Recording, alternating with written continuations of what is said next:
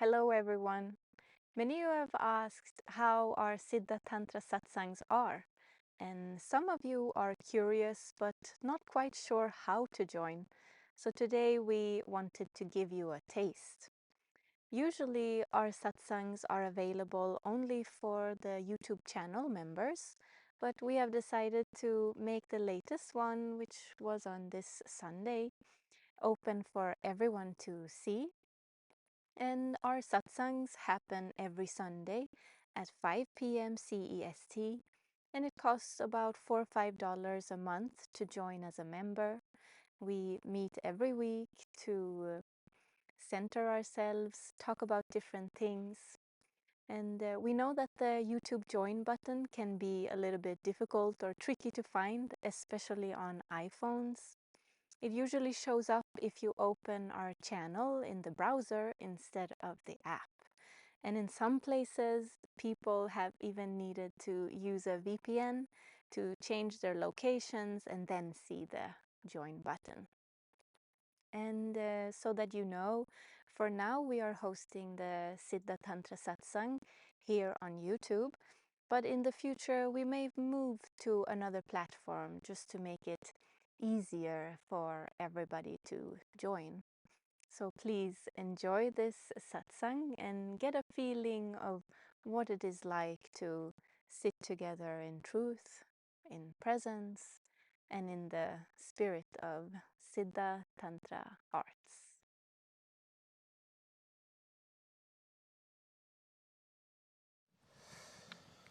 Namaste everyone.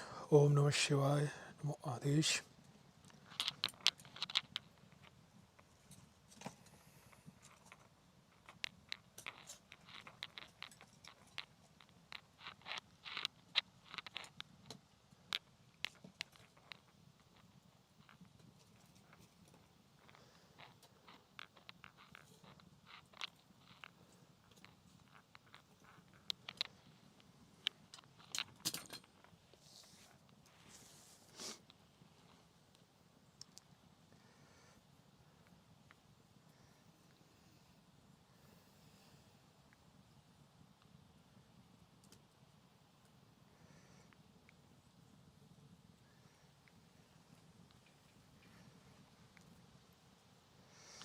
Namaste everyone.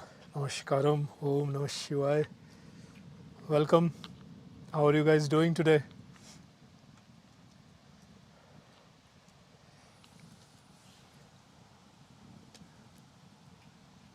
Yeah, week after week.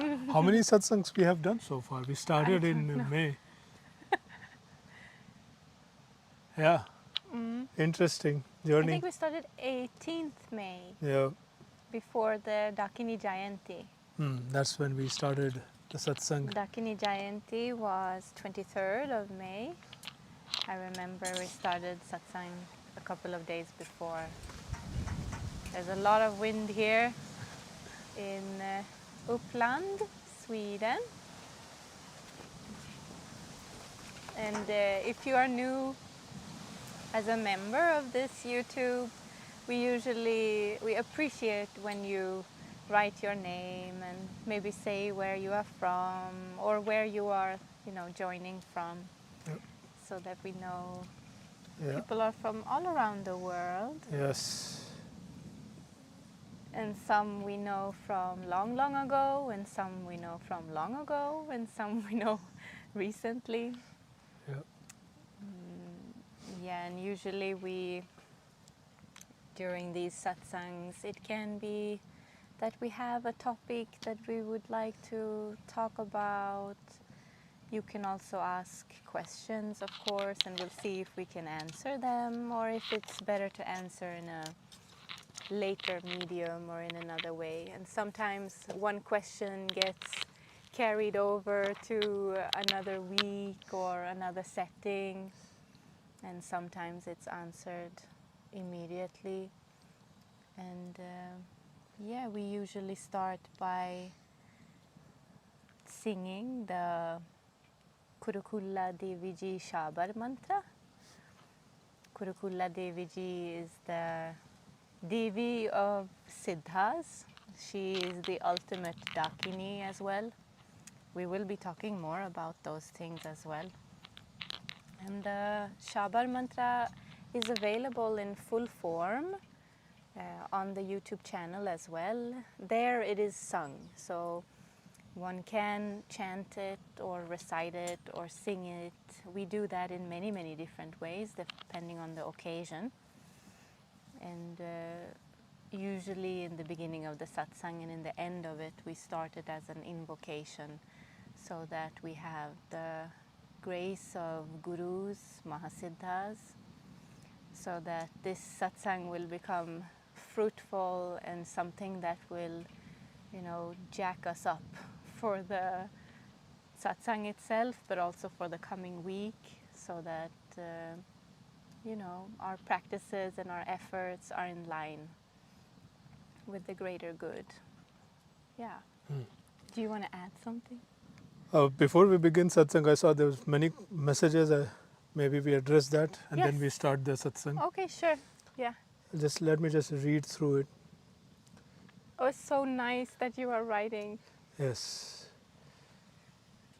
Namaskaram, Namaste, Namo Adesh. And interestingly, we talk about Namo Adesh today. We started talking about Namo Adesh last time. Yeah. And so we'll continue to talk a little bit about what that means and stuff like that. Since I did say that some things are, carried over or answered in parts, we'll actually elaborate more on that this time. The sky is looking beautiful behind. Yes. Yeah. It's a very beautiful day. Surprisingly quite cold today. Yes. And we do live in a very cold pocket that we call. Yeah. So it's 5 degrees lower than surrounding areas. Yeah, if not more. Yeah. It's a different zone than the typical zone around it. Yeah. Weather zone, like landscape zone. Namaste ji. Yes, feeling blessings of this week's pulse. Summer rains here, helping with the fires. Yes, Mia ji. This Sunday, Namo Adesh. Beautiful, pleasant weather here in Switzerland. Beautiful. Mm-hmm. It would have been so nice if one could see pictures or videos. That's the problem YouTube with has, YouTube. Yeah, one doesn't see everybody. Exactly. Like in the courses and all, at least we can see you. Yeah. At least we see your environment. Of course, one is usually inside because of noise and all of that, but still one sees you and one sees like the vibe. But we feel the vibe. Yeah, we feel the vibe. No, actually, we do. So. Namaste here from Malaysia. Oh, beautiful, Malaysia. Mm-hmm. The wind feels beautiful. Yes.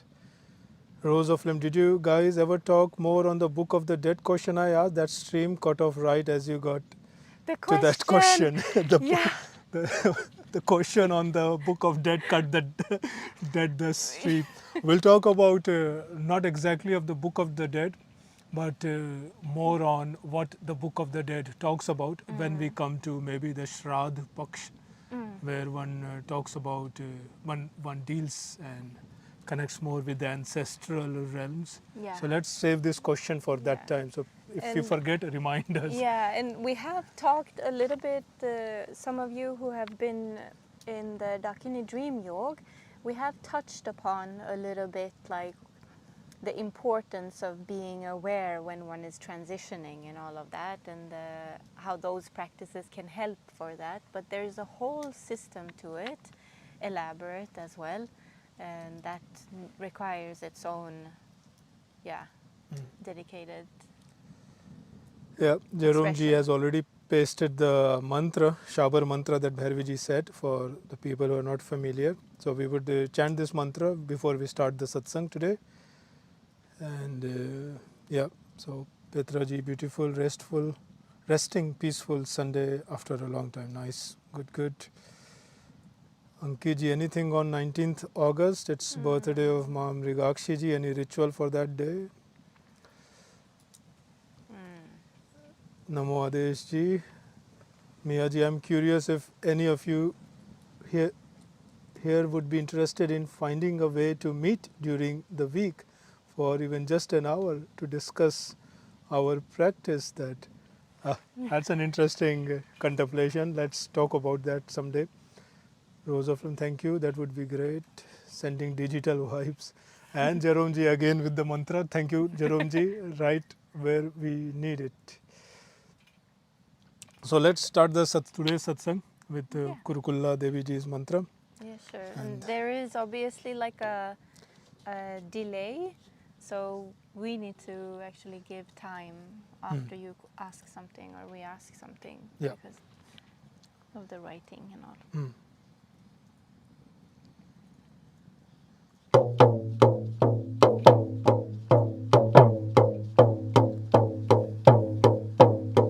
Om Namo Kurukulle Anadana Varshini Sakal Kama Karshini Siddha Ho Siddha Ho Siddha Ho Ma.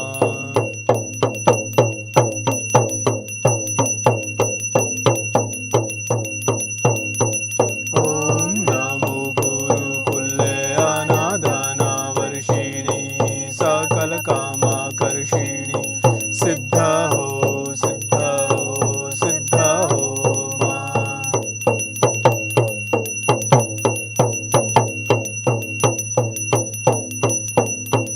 Om Namo Kurukulle Anadana Varshini Sakal Kama Karshini Siddha Ho Siddha Ho Siddha Ho Ma.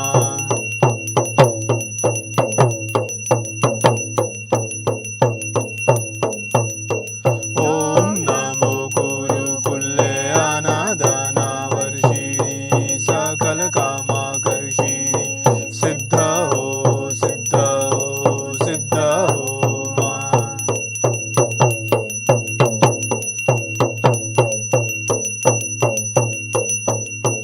Om Namo Kurukulle Anadana Varshini Sakal Kama Karshini Siddha Ho Siddha Ho Siddha Ho Ma.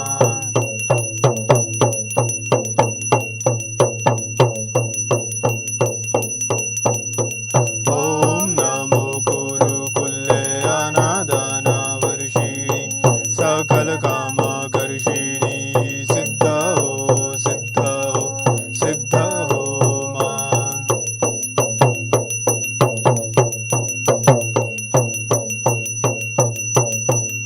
Om Namo Kurukulle Anadana Varshini Sakal Kama Karshini Siddha Ho Siddha Ho Siddha Ho Ma.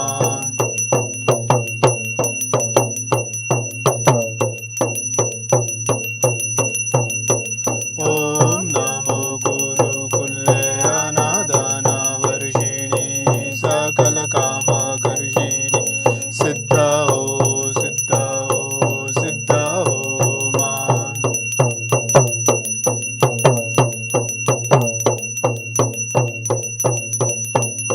Om Namo Kurukulle Anadana Varshini Sakal Kama Karshini Siddha Ho Siddha Ho Siddha Ho Ma.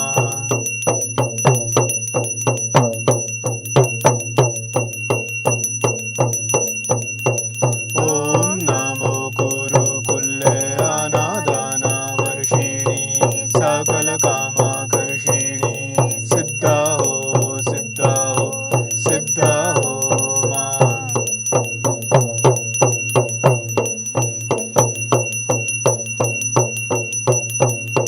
Om Namo Kurukulle Anadana Varshini Sakal Kama Karshini Siddha Ho Siddha Ho Siddha Ho Ma.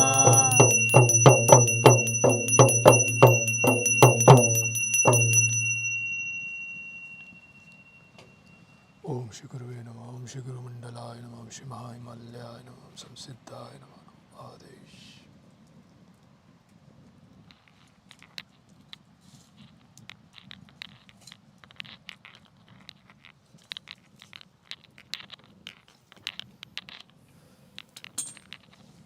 So during the last satsang, we were talking about desire, Mm-hmm. right? And then No, we, wasn't it that was the yeah. 1-2 before. Wasn't it That the led to tortoise? conversation on speech. Yes. And then somebody asked about Namo Adesh Yeah, and what it means. what it means. Miyaji. Miyaji asked. And then we did answer to a extent, but we answered incompletely because right out of the satsang, Bhairavi ji asked me, but what about the atheists? What about the Nastic people? And it's a very important point because in the Siddha Dharma tradition, there are two schools which are equally profound and equally respected and equally complete. One is the Astik school of the path of believers, and one is the Nastik school or the path of non believers. And we will talk about it a little bit today also about Astik and Nastik, and does Nastik really even mean atheist, and how does that come about? And Bhairabji, sometimes when we are talking about things, you do say like Astik, Nastik, Yes. and all of that. And sometimes, if you're not familiar with those words, one doesn't know One doesn't actually know what it means. yeah. So Nastik can be roughly translated as atheist, but there is some nuance, and we'll talk a little bit. Let's see where it leads. Yeah. However, the conversation started with Namo Adesh. What does it mean? Because people here also in satsang are writing Namo Adesh, people, and we also sometimes say that. So what does it mean? Now we said that okay, Namo means salutation. That okay, expressing gratitude, reverence, and Naman. yeah, naman. You know, and it has a nice feeling of something softening in us. You know, where the ego or the limited identity softens up and bends a little bit, and we become more receptive and student again, open and humble, ready to receive. So that idea is also there in Namo. And Adesh, we talked about meaning that it is coming from Adi and Ish, the primordial Lord. And in Hindi, Adesh is also there, the word, and that means command or will or direction, but not the kind of command that a boss gives to an employee, or like in an army that a general is giving a command or adesh to a soldier. It is not so much as an external order. One can think of this, if one thinks of adesh as command, then as flow of existence itself. And here, what is this whose will or whose command, or what flow of existence from the very beginning? And that is where it leads to the primordial source or the first principle. So here comes the nuanced difference between the Astik and Nastik, and the believer and non-believer. So in the believer sense or theistic sense, one can see this primordial first principle as the Shiv, the beginningless or the endless, the root of all. And if one looks from the Nastik eye, then this idea of Adi Ish can also imply the natural laws of reality, the cause and effect, and the flow of energy, and the general order of the whole natural fabric of the universe that keeps this universe moving. So one says Namo Adesh, one is talking about, okay, yes, expressing gratitude and acknowledging the presence of this primordial order and aligning oneself with this truth of reality.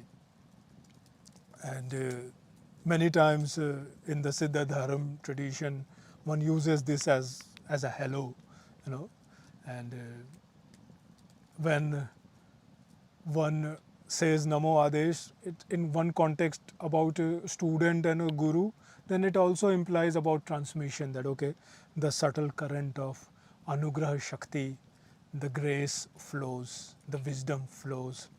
And when in another constellation, like one constellation is guru disciple and the other constellation is two practitioner.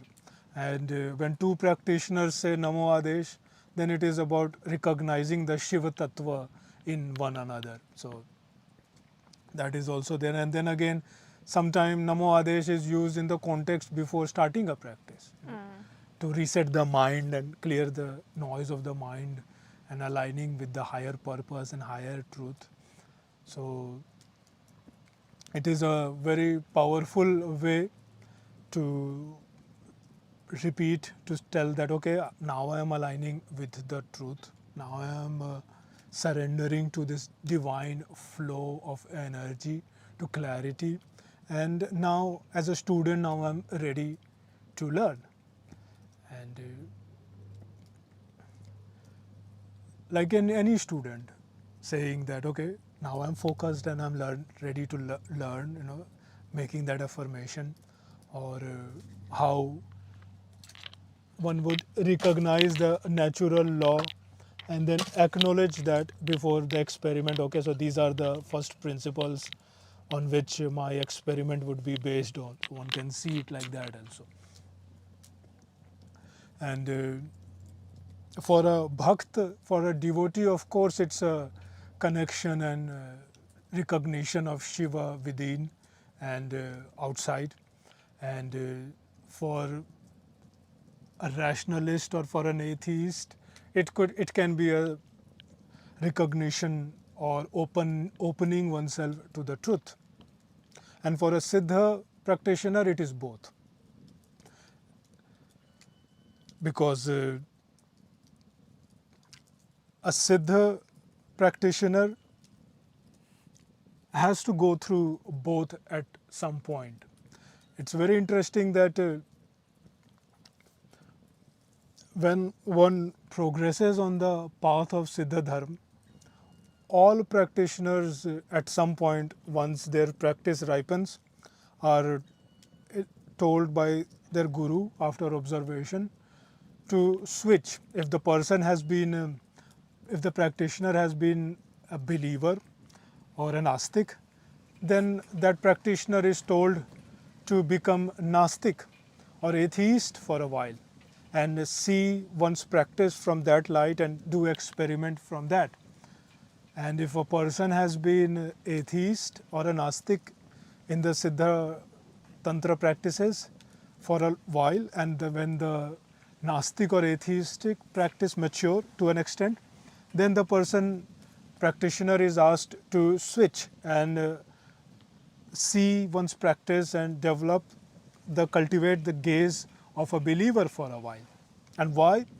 Because to have a complete growth, one has to balance both the believing and being a non-believer, because both go hand in hand. And to get the complete picture of reality, one has to be adept in the philosophies and practices of both. And that is why all practitioners in Siddha Dharma go through this. So even when you have done the courses, foundation courses that we have started recently, and we talk about Dakinis, we also mention it in both ways many times. We talk about the inner wisdom, the inner mind's potential, cultivating that, as well as we talk, and that is from, of course, from the side of the Nastic side. And also we bring in the idea about different realms in reality, and how Dakinis are conscious entities in their own way and being and complete in themselves as divinities. So whenever we talk about the darshan or philosophy around a practice in the Siddha Dharma tradition, we approach it from both ways, the Astik way and the Nastik way, to get a complete picture. And about atheist and the theist ideas. Before we even begin to that, when we talk about Adi Ish, or the truth, or the ultimate truth or ultimate reality, what is the truth that one is bowing down to or one is opening to? That comes the other question. Okay, yes, Adi Ish is okay. In the rationalist way, one talks about it as the truth or the ultimate reality or the primordial first principle. So it is not a very simple question, and if you ask different seekers, you may hear different answers also.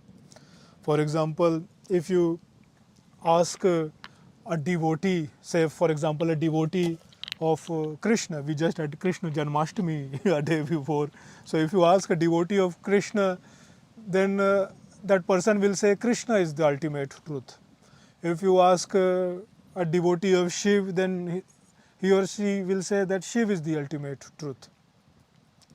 And somebody will say that Karam or Karma is the ultimate truth, the ultimate bitch, Karma the bitch. Don't say that Okay. or that everything is guided by our own action. Or somebody will say that no, the ultimate is the fate. So who is right here? Is there one ultimate truth, or are these just different faces of or facets of the same truth? You might have heard also one talks about that there is one truth and different Paths to it. path to it. Mm. And I remember when we were trying to learn about this great Mahasiddha who gave this example of a mountain, that he said that there was a conversation of a specific mountain that is in Himalaya, if you are familiar, that every mountain peak or hill or a valley has an associated deity or a rishi who has done penance there. So this mountain that we were looking at that time was inhabited by the followers of a great rishi, Shringa.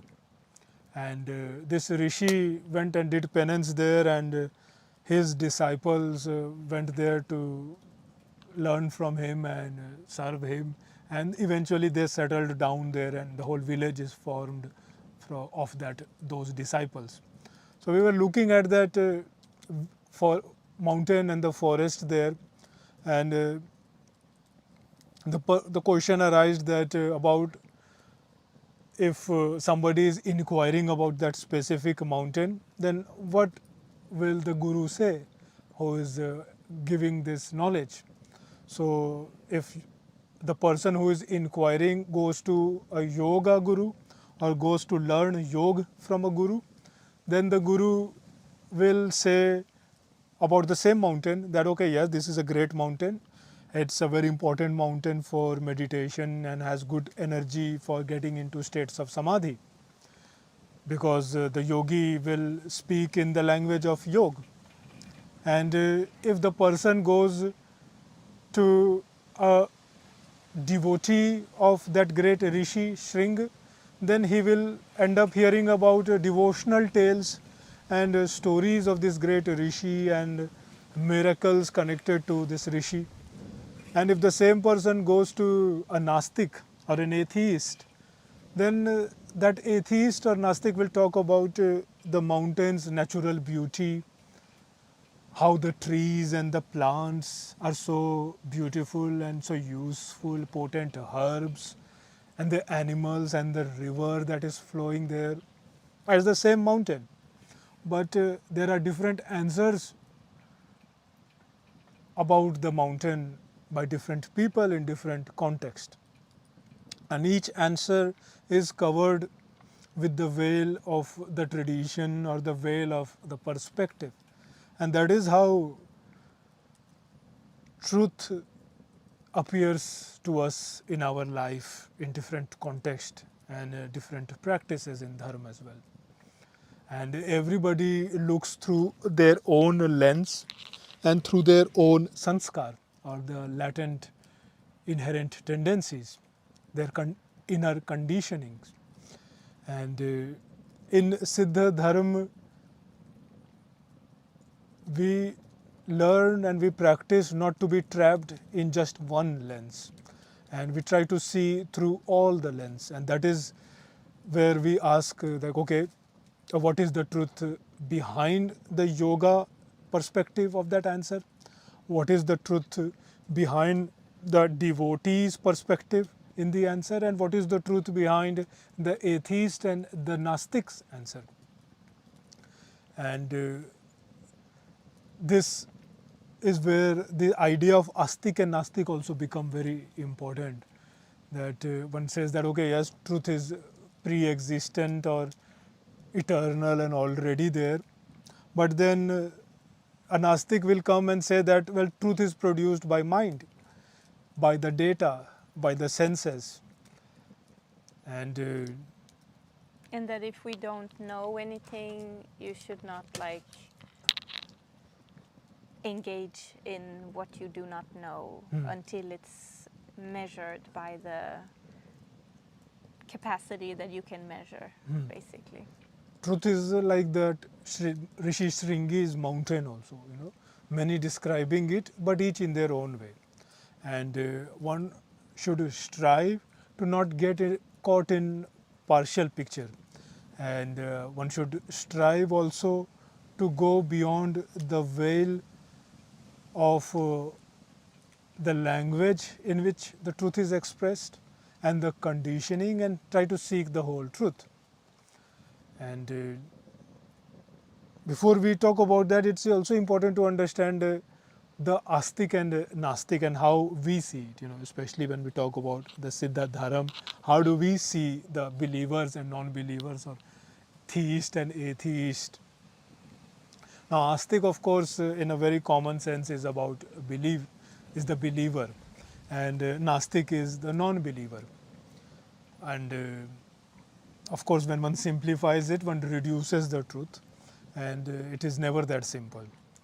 So let's try to dig a little bit deeper. So what will an Astik say?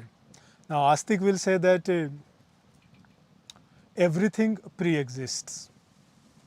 If a thought comes to your mind, then that thought exists somewhere. And if it exists somewhere, then it cannot be denied. That's the Astik view. For the Astik, the soul exists, the God, divinity exists, the subtle realities exist. And if you ask an Astik will say that there are no inventions. Everything is a discovery.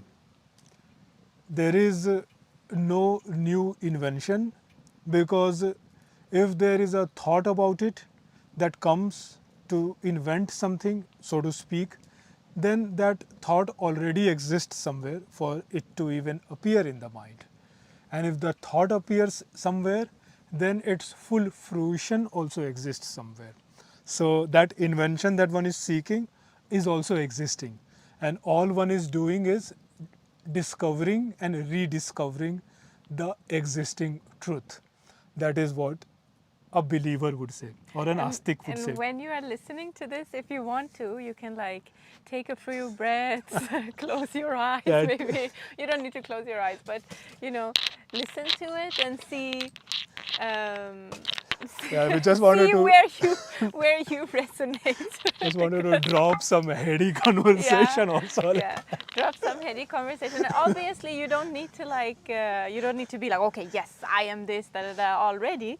But it is quite interesting, because obviously it's a spectra. It's like with everything, it's a vast spectra, and even throughout the life one can go up and down. We can probably talk about that also, that how different things affect where we are on that scale. But you can listen to Bhadavji's words and see, in this description, where Yeah. would you say that you are? You don't need to write it, obviously, Yeah. but yeah, and we will say why it's important to, be clear about where one is for oneself as a practitioner. So for an Astik and believer, all these subtleties and nuanced realms exist. The subtle realm, the Sukshma exists. Ved exists. And remember that Ved, when we say here, we are talking about the knowing, not necessarily the classification of the Ved that we know in this Yuga as the four Vedas. And to see that the universe is complete in itself, and to realize that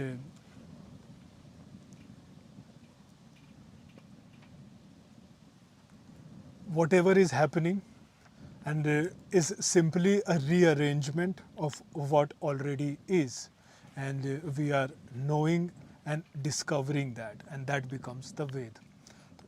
And the one who knows this is the understands that, okay, that's the Ved aspect of it, and the one who does not know is the Avedic. So in the Astic vision, it is about the paravigyan, or the knowledge beyond the senses, the knowledge beyond what can be measured. And that kind of knowledge, which is subtle, beyond the senses, can only be known through tap, through penance, and through opening of the subtle perceptions, And the subtle eye. even there are, is it called surnames? Yeah, surnames that have like Dvidevi, nay, Dvivedi or Trivedi, Trivedi, Chaturvedi. Chaturvedi. And that has to do with that's a whole another thing about what we said, that okay, one is about Ved, and that knowledge is implicit in all aspects of reality. Every granularity of reality, every photon of light is permeating with that knowledge. And to know that is that Ved. And then again, what Bhairvi said is about, yes, there are classification of Veda that were recorded in terms of verses and scriptures that was classified many times over different yug, starting off with in this yug, earlier it was 3 Vedas, Trayved, and that became the Chaturved with the inclusion of Atharva Veda also. And so what Bhairvi is saying, that there are certain class or people, lineages and families that focuses on reading through these different scriptures, and that's whole another conversation on Ved. But here we are talking about the knowing and the truth and the sublime dimension to the knowing and the Ved, which can only be known through penance and through tap and opening of this subtle perception. And that is all about the Astik, or the believer's perspective. And what will the Nastik or atheist say to this? And to a Nastik or an atheist, thought is not pre-existing. Thought is something that is produced by the intellect. And when the mind is given some data, some input, it processes that, and then it produces thought. And without data, no thought arises. And for the Nastik, matter always precedes thought. When what you can see, what you can touch, what you can measure, what you can taste, that is the truth. Nothing beyond the senses is real. And that is the origin of the knowledge of the material or the empirical world, Lokya, what we call. Very relatable today. Think of it like this, that Astik is like the person who believes in soul, God, the unseen order, even reincarnation. And Nastik is the atheist relying on materialistic sciences, data from senses, logic, cause and effect, and both have, of course, value, and both are very much needed. And that is the perspective of the Siddha Tantra, by the way, that both are needed. Astik will say that, okay, spirituality begins beyond the mind and intellect, and an Astik will say that too much logic will bring doubt, and doubt brings destruction. Sanshayati atma vinashyati. That, and the Nastik will say that without proof, without senses, it cannot be real. That's what a Nastik would say. And in Siddha Dharma, both are given place, because both of these perspectives are perspective of the same mountain. Remember the mountain example. And when we say Namo Adesh, one can say it with an Astik heart, that okay, yes, I bow to the Shiva's will, to the primordial command of the Adi Ish, the first primordial Lord. Or one can say Namo Adesh with the Nastik mind, with the atheist mind, that okay, yes, I bow down to the truth, to the reality as it is, to the laws of the nature, to the first principle of the creation of the cosmos, expressing the respect to that, acknowledging its presence. And to a Siddha practitioner, we include both. We go, because we go through both the Astik and the Nastik ways. Sometimes we become Nastik and sometimes we become Astik. We experiment with one way, and we practice with the perspective, with one idea, that okay, from the atheist point of view, from the theist point of view. And to become complete, one has to master both. And of course, when we are saying of Namo Adesh, it's not like you have to say it. No, it's just that somebody had asked, so we are bringing that. And it brought about this interesting conversation on Astik and Nastik, and little bit more idea about how we in Siddha Dharma see these ideas, and how we relate to it, and how it is an integral part of all practices in the Siddha Tantra. So if you have done courses, you can recognize that also, that when we talk about how we Dakinis, how we bring in both sides. And in practice also, we bring in both sides. Because it's not a new thing. There's this story in the Siddha Dharma, that how Nastik tradition even arose. And that goes to the Agam and Nigam tradition in the Siddha Dharma, that where one story goes that Shiv is giving knowledge to goddess Shakti, Devi, and Devi asks Shiv, what is your root cause, or what is your beginning, where you arise from, where do you come from? And when Devi asked Shiv this question, then Shiva replied that, of course, in his own way, that I myself am my own origin. That's what Shiv said to Devi, that without me there is no existence, I am the truth. And when Devi pressed or inquired more and asked Shiv, when you say, what do you mean I? Do you mean this body I see in front of me, your form with 3 eyes, hands and legs, and serpent on your neck, and all your peculiar way? To that, Shiv said yes. And now, how was this answer yes understood?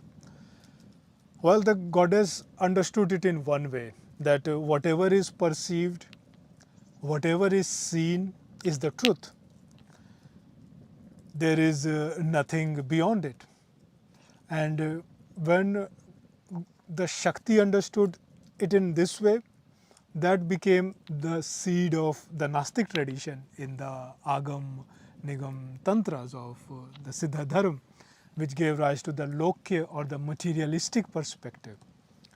But when the Sapta Rishis, one of consortium of great 7 enlightened masters, when they heard this same answer, they understood it differently. Now, when they heard it, they said that, okay, this means that Shiv is eternal, that Shiv is beyond beginning and beyond end. And Saptarishis, those 7 sages, understood it as an affirmation or acknowledgement to the unseen Brahma. And that became the start of the Astic tradition. So from one teaching or from one conversation between Shiva and Shakti in Agam Nigam, the story in that, 2 traditions emerged, the Astik and the Nastik. And both are valid, both are true in their own ways. And interestingly, that reminds me that in another story in Siddha Dharma, it is said that when a great Mahasiddha Brihaspati Nath, who is considered guru of Devas also, he, in the story in Siddha Dharma, the story goes that he metaphorically, so to speak, stuck the head of the mother of Vedas, Gayatri, on her head. And from this act, the Nastik, the Lokya tradition of Brihaspati ji emerged. Why? Because the striking symbolizes the stopping of the stream of cosmic consciousness from descending into human mind, and the link between divine knowing and intellect was interrupted by this great Mahasiddha Brihaspati Nath at that time for a specific Leela or divine play that will come to later on when we talk about Devas and Asur at some point. It's a very political conversation.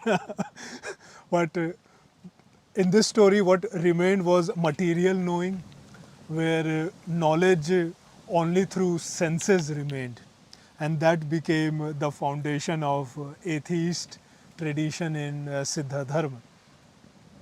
And many rishis excelled in this tradition.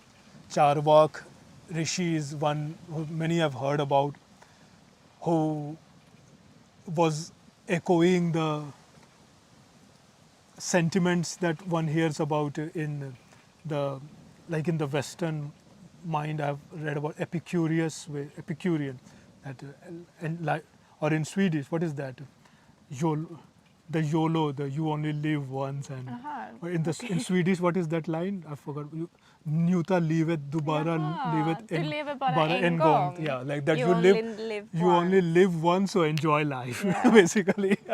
So that has a very like it seems like a very new age thing or like a modern thing, but it's a very ancient impulse that when one looks at from the Siddha's gaze, that one great Siddha talked about enjoying the life's greatest refined pleasures in the most refined ways, because that's what life's ultimate expression in this world is.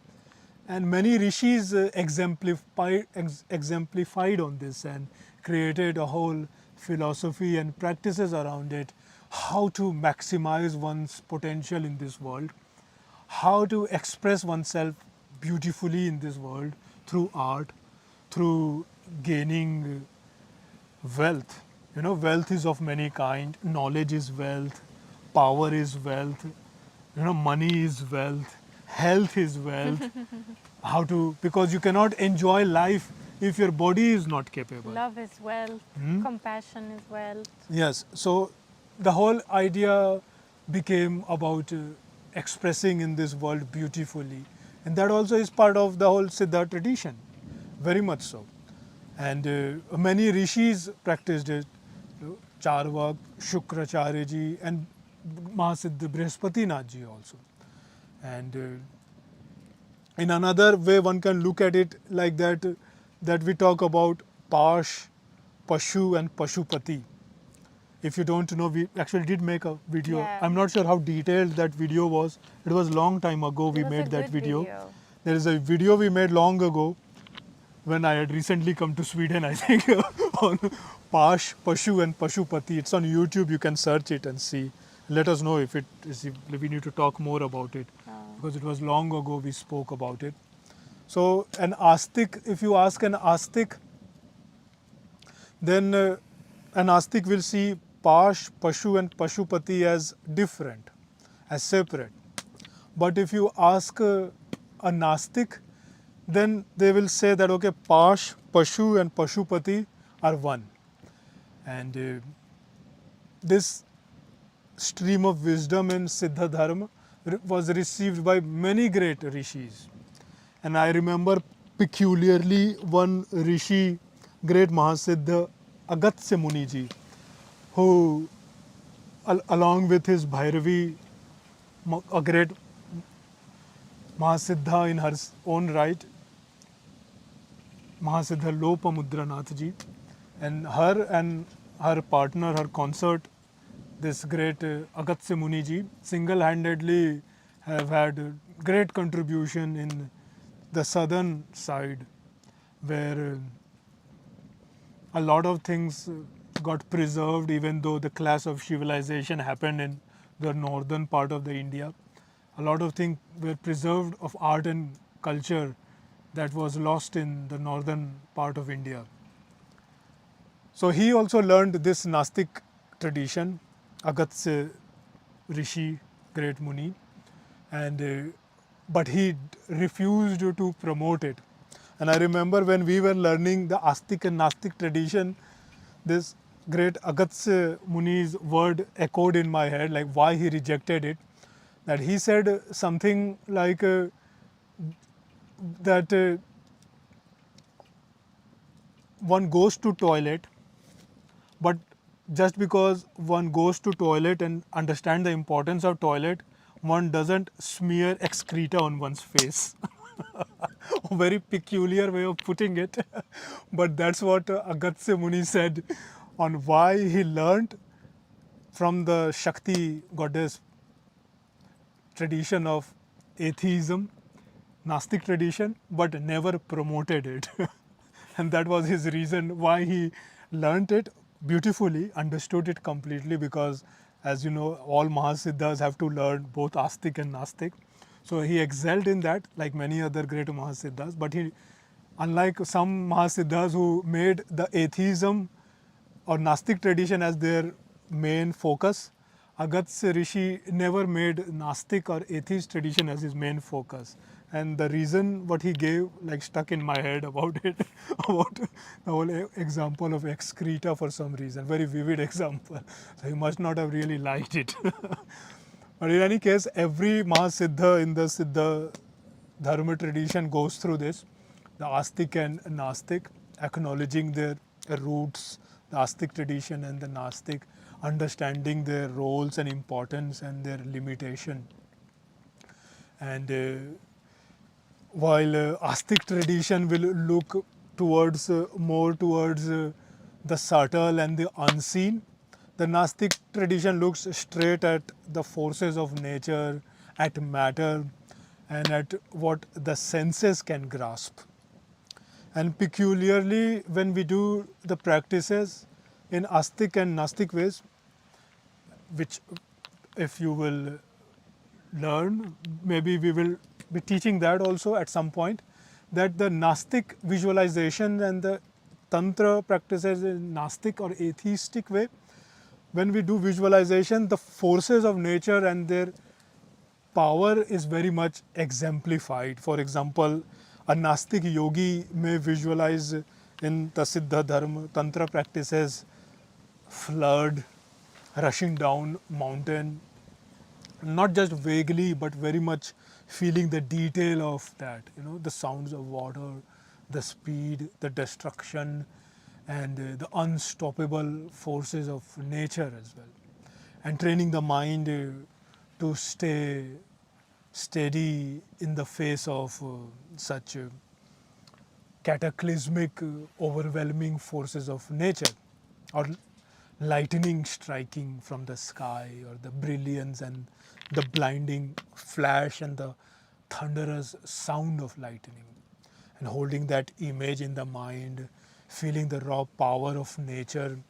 So different kind of peculiar dharana we do in the Nastic ways in the Siddha Dharma tradition.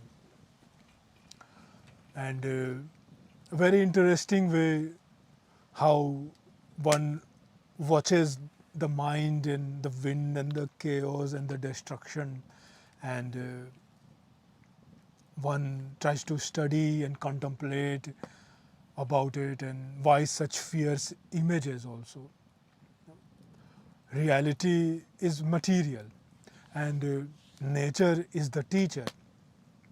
And if one can hold awareness steady even in the storm, even in such destructive visualization, then one can make the mind strong and sharp and fearless also. So obviously there's more to this visualization than just I grossed over, just to give an example of Nastic dharana and Nastic visualization in the Siddha Dharma. And of course, it's not always just about destruction. Nastic visualization is also very rajasic, filled with beauty and attraction, you know. And when we do in the Nastic way, especially in the Vajra Yogini Tantra practices, which we will bring in later on, but just to give an example, you know, beautiful man and a beautiful woman, and observing each feature very in great detail, the eyes, the forms, the movement, and different ways we will one approaches and imbibing the qualities, how to behold an beautiful image in mind's eye, the grace, the strength, and the charm. Various dharnas comes in the Nastic ways also, very beautiful way, training the mind to focus on what is in front of the senses, and to imbibe that, you know, to drink that deeply of the form and the forces. And when one talks about the Nastic or atheistic dharana in the Siddha Dharma, one does not talk about the soul or the God. One talks about concentration and clarity in material realm.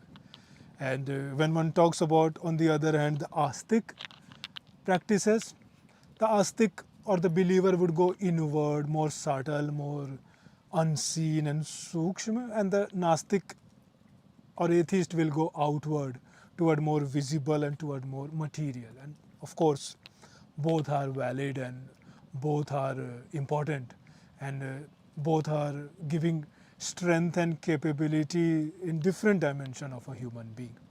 So both are important in Siddha Dharma. And Nastic dharana we use to sharpen the awareness of matter and power in the external world, and Astic practices open the door to the subtle world, to the sukshma sublime dimension, to Atma, to divine, to Ishwar. And both in their own way are present in the Siddha Dharma. And the difference, of course, is shows up both in as in philosophy and darshan, as well as in practice, and how one walks the path. Yeah.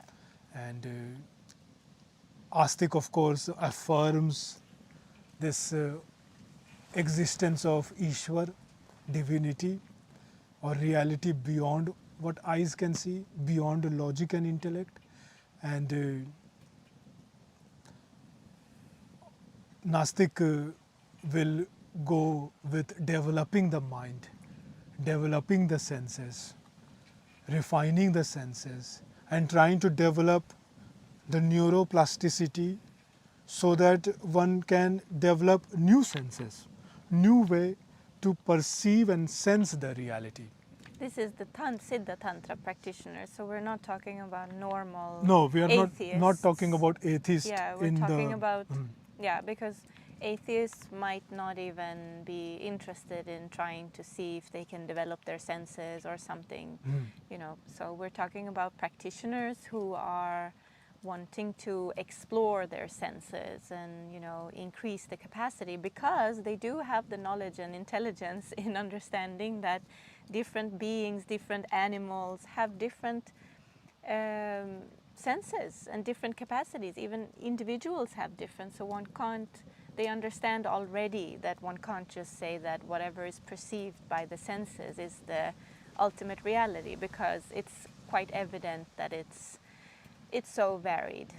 Yeah. So they go into really trying to increase their capacity, increase the capacity of their intellect, and, not seeing limitations in the intellect and capacity of the mind, whereas the Astic says that there is limitation to mind. That's not all that there is.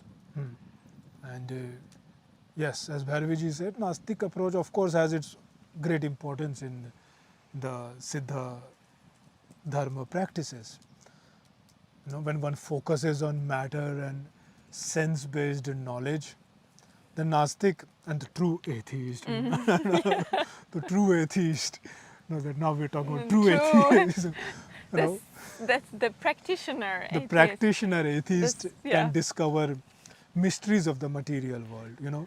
It's like scientists and scientism. Like scientists are more open to discovering truth than people who the atheists who become as a reactionary to non-theism, and they take science as scientism, or like making an ism out of that. So Nastic are more like scientists in that way, like where one discovers the material world, the mysteries of the material world, science and technology. Yes, and the difference is that, for example, a normal atheist still actually just goes by the belief, one can say, of an actual scientist who actually did the experiments. They read something and they try to gather information, but it is actually not a research that they themselves did. And the difference is that the Tantra practitioner is actually the scientist. They are actually practicing it so that they can feel like, okay, yeah, this is a truth for me. I actually discovered this, I achieved this, or found this, da, da, da, da, da. So it's not something that you just buy something and then that is yours. And this is also another conversation we had about bhakti also, and the difference between bhakti devotion versus the tantra practices also. That bhakti would say that, or bhakti devotional practices will say that keep practicing, keep chanting, keep surrendering, even if you do not understand, even if you do not know whether it is right or wrong, then through repetition, through devotion, the path will reveal itself. And that is very closer to the Astik, or the faith in the unseen, or trust in what is beyond intellect. And if one has to juxtapose it, sometimes it's not as black and white, but one puts one against the other to understand the nuances as a way of understanding. And if one juxtaposes Tantra with this approach of Bhakti, then Tantra will say that experiment, try out the practice, and if it works, repeat it. And if it doesn't work, then leave it. So in that sense, Tantra is closer to Nastik, or non-believing in spirit in its essence, using matter, using the body, using the visible world as its own lab. So also in this way, that bhakti, because of its own nature, is a flavor of renunciation, where it talks about letting go of matter, turning to divine inside.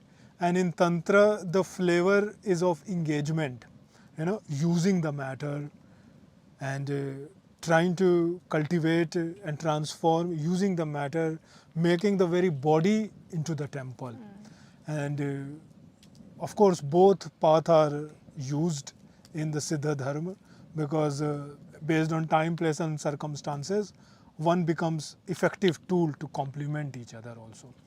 And a human being is vast enough to hold both ways, and all these different seemingly contradicting paradoxes also within. And through experiments and through this tussle of mind, by taking one perspective and practices for a while and then other, one tends to grow the brain and mind in a way that can be more wise and more inclusive, so that one can be adept or siddh in both astic and nastic, and both bhakti and non-bhakti ways of tantra. So all of these become valid approaches at different time, place and circumstances in the Siddha Dharma. One thing though, like, because Bhadavji is saying like, yes, both are used and sometimes one uses this approach and sometimes the other one. I would also add to that the Astic approach, sometimes it is not possible to choose that one because it just simply is not there for the practitioner. So it's not like you can, yes, you can fake it until you make it, yes, and there is a purpose with that also. But Astic is a little bit different in the sense that, for example, an Astic can easily, most of the time, go and do like a Nastik type of thing. Many of the Astic people, maybe they don't want to because it's too heady or whatever, but they can. It's quite easy to, accept the physical matter because that's where we are living. Okay, I have 5 fingers, I can investigate that, I can go and research and whatever. So that side, like from the Astic to the Nastic, meaning believer, can try to become like a non-believer, because that's also how the world is run most of the time. That's how universities and education is run and premiered as well most of the time. But it's difficult for a non-believer to just hop on that train and say, okay, now I'm a believer.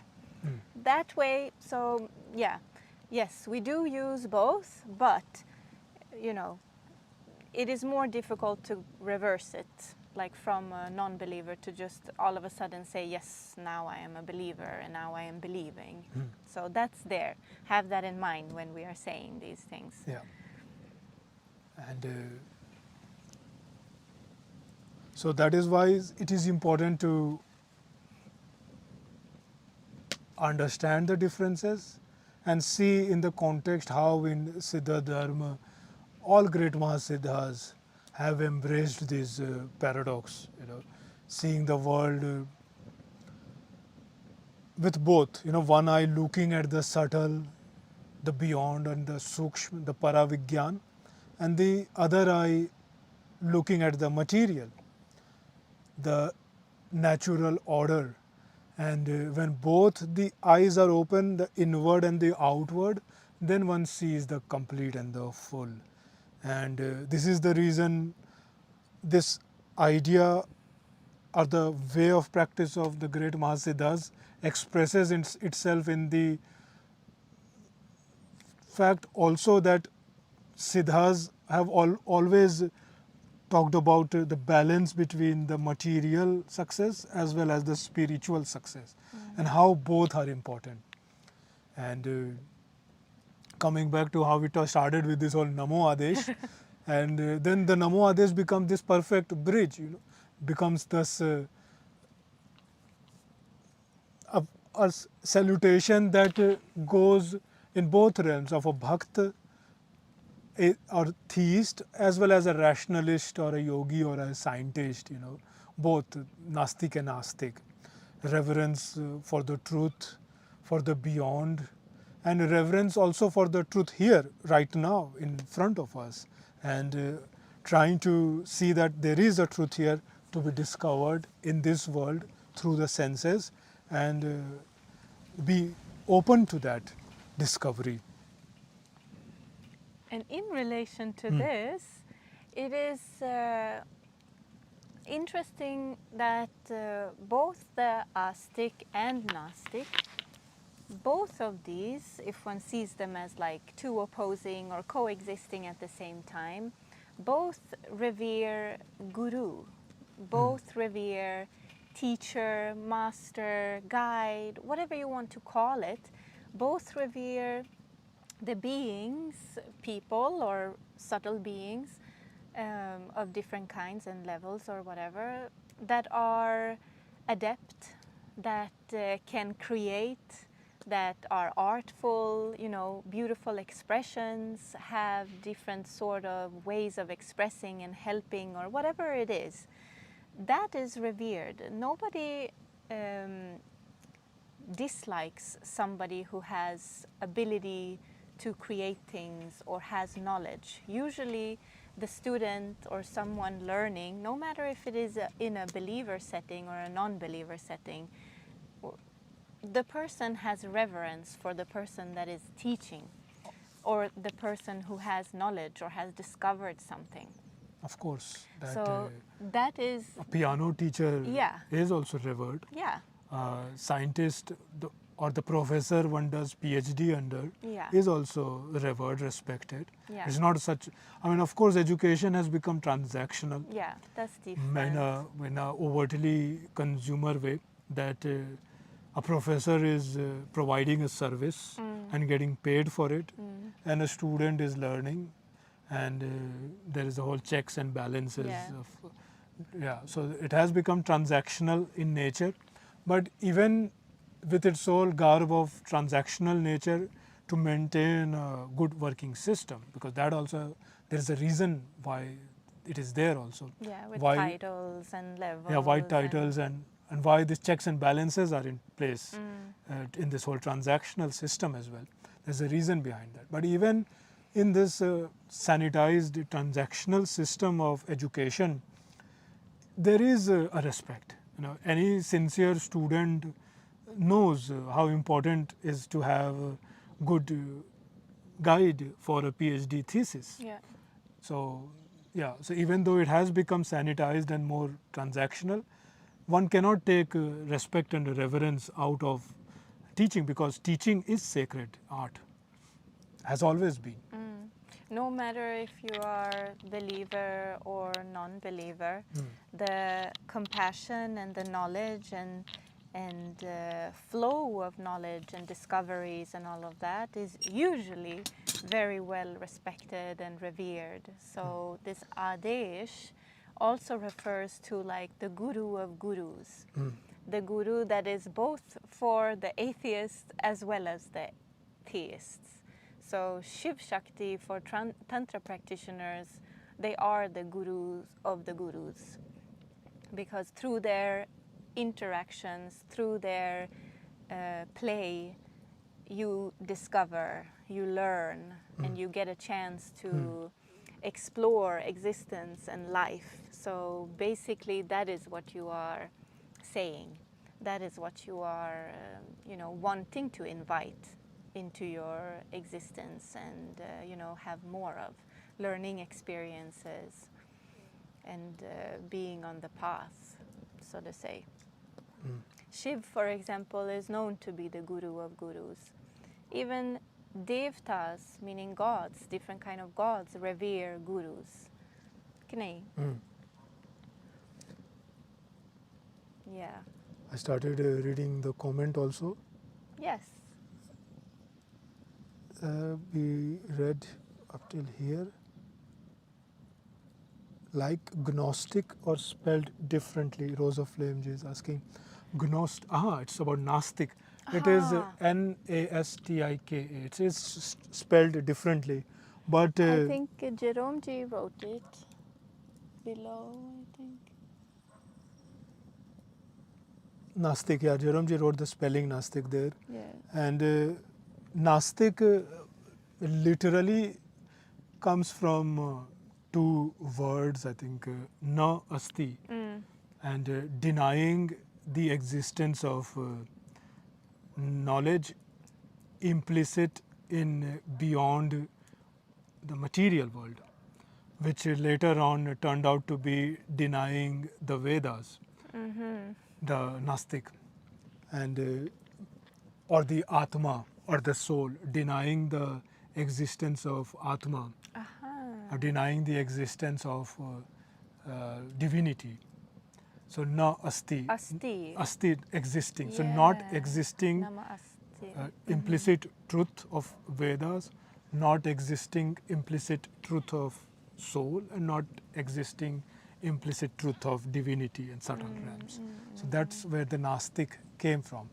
And it has connection with deriving knowledge from the senses and giving importance to the knowledge through the senses. So I think in some way it is connected with Gnostics.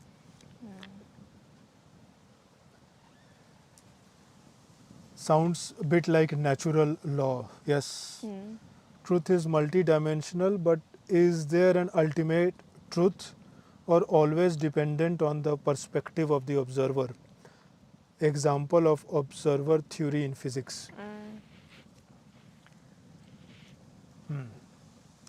And this our conversation on what is truth, we will take, it's a very important conversation, and it will become very heady if one starts talking about it. But to give it very brief, there are different schools to it, schools of thought to it in the Siddha Dharma.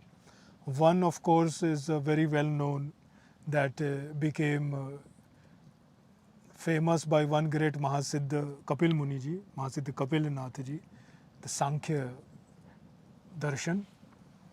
And there are other ways one approaches it in the Siddha Dharma.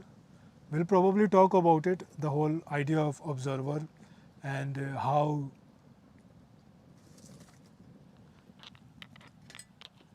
the one who is seeing it, the seer, and the seen, and the act of seeing, all these three, the subject, object, the subject, the one who is experiencing, the object, the what is experienced, and the act of experiencing.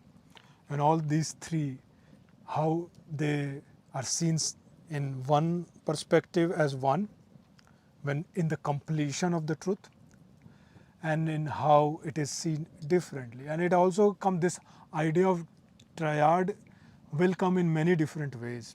You know, Pash, Pashu, Pashupati is also connected to that. We will talk about it. It's a whole conversation in itself about the ultimate truth. You cannot expect the ultimate truth to be talked about in one satsang. Maybe we have to give a set of satsang or conversation on satya, or the truth, satyam. What is truth? Is there even an ultimate truth outside, or objective truth? For that, one has to start talking about objective reality. If it is there, what is reality? You know? Well, Astik will say something, Nastik will say something about it. And both in of them relation have to very this. elaborate systems in the Siddha Dharma. And both we study and look into in great, profound depth. We'll come to that. It's a very important conversation. But the question itself is Nastik, isn't it? How is this question Nastik? Don't you think? Truth is multi-dimensional, but is there an ultimate truth, or always dependent on the perspective of observer? Because an Astik would not even ask that question, I think. Yes, that is true. Bharviji is correct. A true Astik will not ask unless it is to bring about a conversation. Like the beauty of it, the art of it. The art yeah, of it. Exactly. So an Astik flourish it. An Astik can bring this conversation to create an atmosphere of conversation as a beautiful art, an expression of mind's expression. Jerome ji is saying, I get caught between understand. This is before. Which one? Here.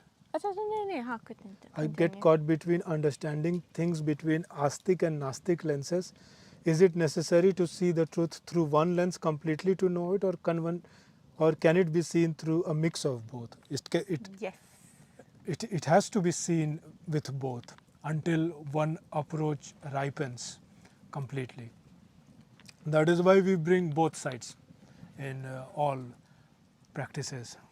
When we talk about a specific practice, say we did Dakini Dream Yoga, we talk about Dakini Shakti, which we will, of course, will approach her in great depth and profoundness. So we always say that, okay, outside, inside, mind's faculty versus subtle realms. On both sides we bring about until one matures in one perspective ripens in one, then one takes that to its natural conclusion, and when that is done, then one approaches it from the opposite side to bring the complete picture. So that's also there. Well, one thing is there that many a times also we have sort of said that, okay, focus on the practice, for example, instead of trying to dissect it. That is also because we do see that, like if one generalizes, here in the West, we know that you are all in different places, but let's say the Western mentality. Most of the people do not really need to be told to analyze more or, think about this harder or, dissect it more, please. That's not really what the Western mentality sort of needs. Western mentality, for the Tantra arts anyways, does need to bloom, soften a little bit, see if you can dare to believe or dare to feel something that is beyond the senses, for example. Now, we are generalizing here. Not everybody is like that, but the tendency that we are seeing is more of like the analytical, Then there are some people who are more having the Astic kind of mentality, but those are few in the Western world.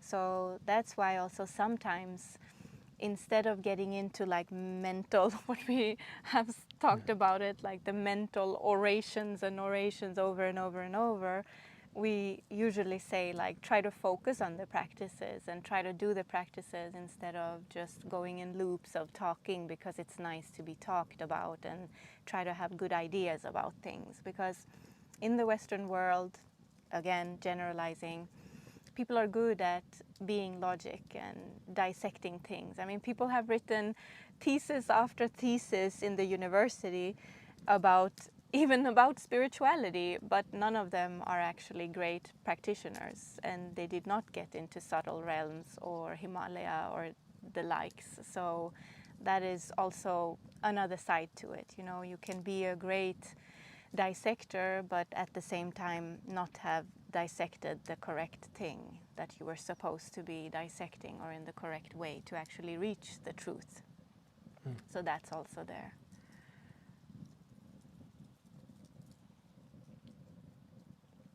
Thank you, Jerome, for putting the spelling. I figured it was something different, but sounded the same. Yeah, about the Nastik and Gnostics.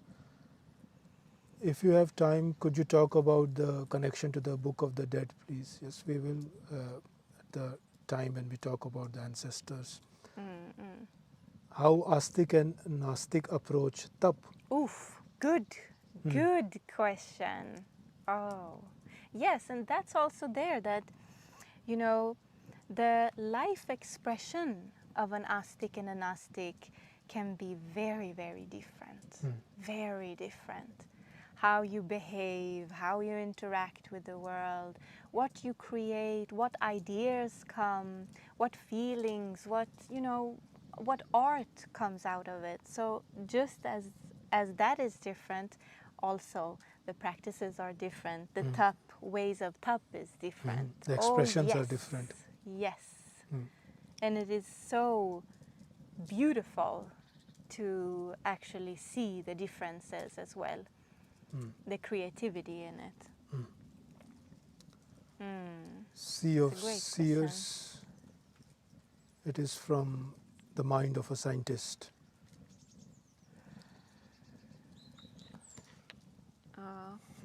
There was one thing I thought about. I think it was in the beginning, Bhairav was talking about that in Himalaya, every peak and every mountain, is related to a specific being or practitioner, guru or rishi or siddha or similar. And I think it relates to a question that we got in one of the earliest satsang. I think it was somebody who asked, like, "Oh, can you talk about siddhas or similar?" And although we will be talking about like Himalaya more later on, and the different kinds of Himalaya, the gross and the subtle and all, but in the physical Himalaya, still, if you go there, you will see the peaks being called after a specific being, and that being due to them residing there, doing their practices, their tap there. So when we were traveling there, there was also like we were going through different places, and okay, this is this Mahasiddha's area or place, and how beautiful it was to, or it is, to discover the actual physical places of these beings, and how that actually affected the practices of the villages around in those cases when they were maintaining and actually listening and following the wisdom and knowledges of the rishis, and how different it can be in different regions of Himalaya as well. Many villages So are beautiful. formed because the Rishi or great Mahasiddha went to do the penance, Yeah. and some disciples came to study, some came to do seva, service, and eventually it became a community and gave rise to a village. And so over a period of millennia, that evolved into a whole cultural setup there, even though the original idea may be lost in the memory of the villager, but the place still resonates with that spiritual energy even today. Yeah. So that was something for me who saw it or discovered it when Bhairavji was telling me this is the area of this Siddha and all of that. And in the tradition, we are in connection with all of these Siddhas. We chant their names in certain practices and all of that. So for me, it was quite amazing to, from having recited, for example, a name of a Siddha, then seeing, I'm actually in the area of this Siddha and all of that. So that is something that is very beautiful as well, which is, powerful too.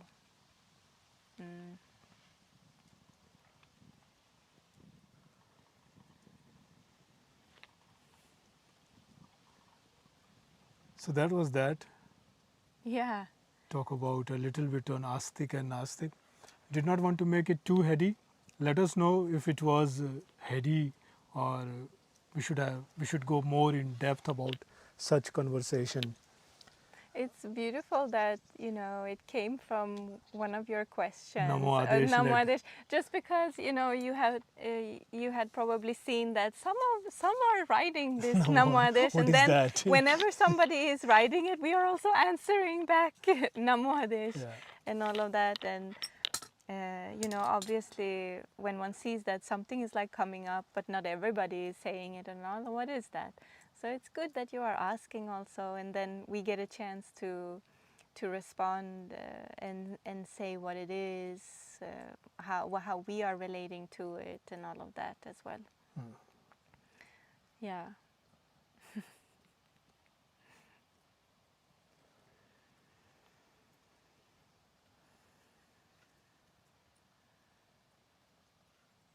So another beautiful Sunday satsang, and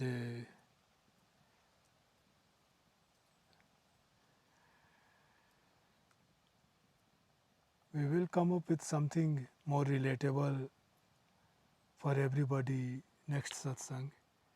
Or if you have, and I know we have heard many questions we have noted down, but if there is anything specific you want to hear or us talk about in next satsang, specifically, let us know, and maybe we will talk about that.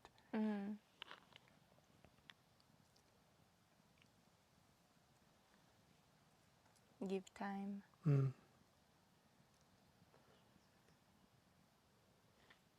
All right. So, thank you for joining today, and we will also end with the Goddess Kurukulla Ji's Shabar mantra, the end.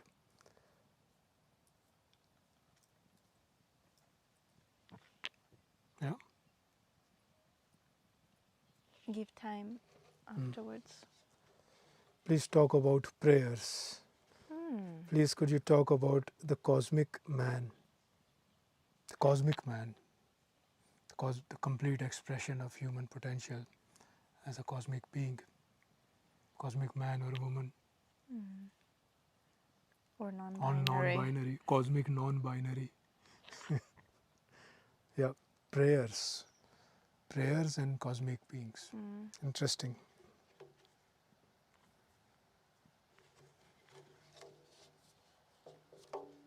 Keep writing, or you can write also.